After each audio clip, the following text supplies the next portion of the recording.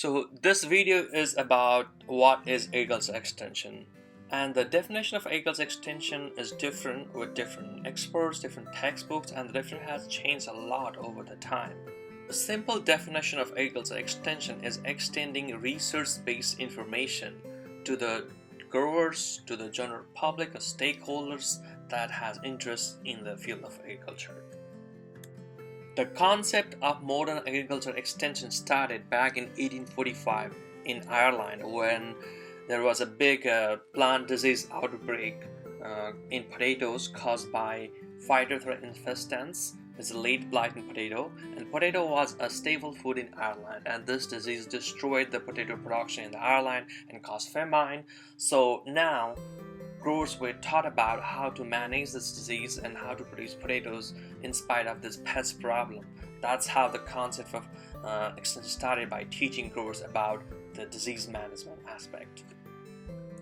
However, in the context of United States, the concept of modern agriculture extension started with the Morrill Act 1862, where institutions were provided with the federally owned land to raise money to sell them and establish a land-grant universities.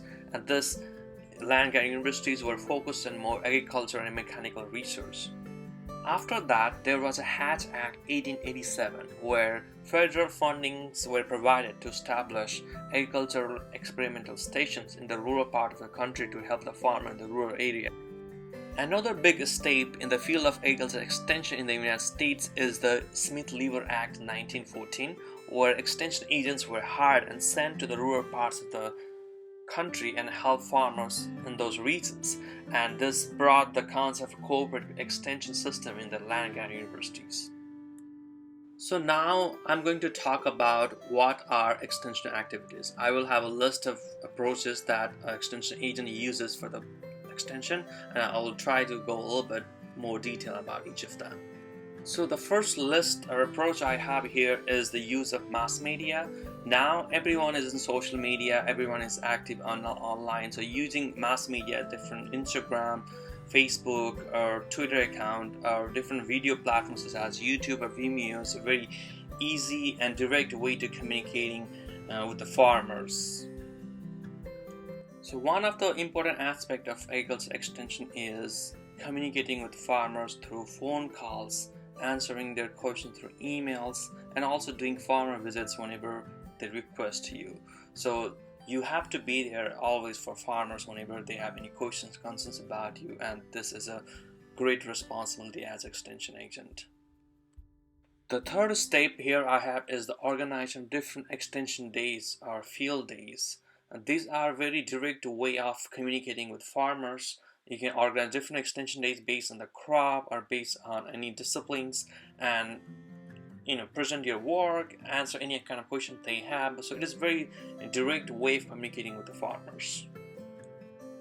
The collaboration with industry can be very helpful in extension, especially our agriculture industry, pesticide industry, seed industries are evolving every day, and there are new technology coming. So if you are working with them, you can transfer those technologies from industry to the growers in the production fields, and also with other experts, because as extension personnel you might get questions from a variety of disciplines even though you are expert in one particular discipline. So in that case you need to have and constant access to the information so that you can share those information whenever you get questions about discipline that is not related to you.